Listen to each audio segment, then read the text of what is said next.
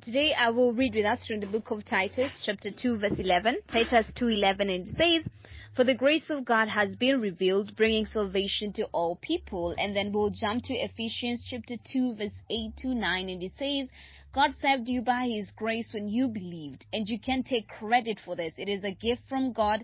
Salvation is not a reward for the good things we have done, so none of us can boast about it." So salvation, just like we were establishing last time, it's not about something that you did or something that you can do or something that you will do. It is all about the grace of God. So none of us can take credit for this. There is nothing that the people in the Old Testament could have done to be made right with God. Year in, year out, they had to offer sacrifices. Year in, year out, they had to try to live and abide by the law.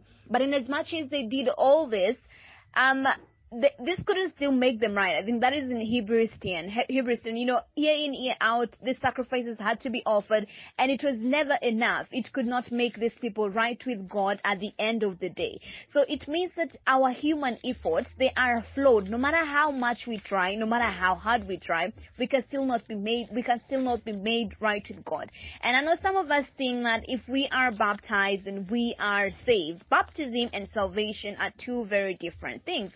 Some of us think if we tithe and then, we are made right with God. Honey, that is something so different from what salvation is. Salvation, just like we established last time, it's simply you believing in the work of God through Christ Jesus, His death, burial, and resurrection.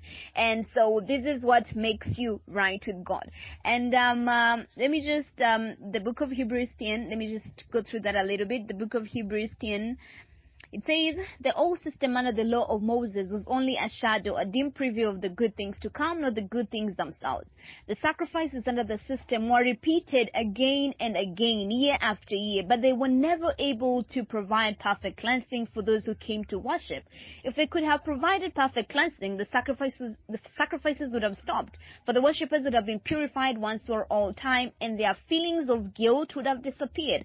But instead, those sacrifices were actually reminders of their sins year after year. For it is not possible for the blood of bulls and goats to take away sins." So I'm going to just add everything else here. "For it is not possible for baptism to take away sin. For it is not possible for tithing to take away sin. For it is not possible for giving to take away sin." Okay? And then you look at verse 10. "For God's will was for us to be made holy by the sacrifice of the body of Jesus Christ once for all time." So when we come into Christ Jesus and we get to believe in Him, believe in our hearts and confess with our lips that He is Lord and that He died for us and that He has, saved us. He died for us and then He was raised to life with us. Once you get to believe in that, then that is what salvation is. So it is not in any way tied to what you do or don't do. Salvation is purely the work of God. Salvation is purely the work of faith. So by grace, through faith, you have been saved. So you gotta choose to believe in this grace. And then that is when salvation comes. So it is not in any way tied to anything else that you will do or you will not do. Salvation is purely the work of God. I just thought that I should repeat that. God bless you.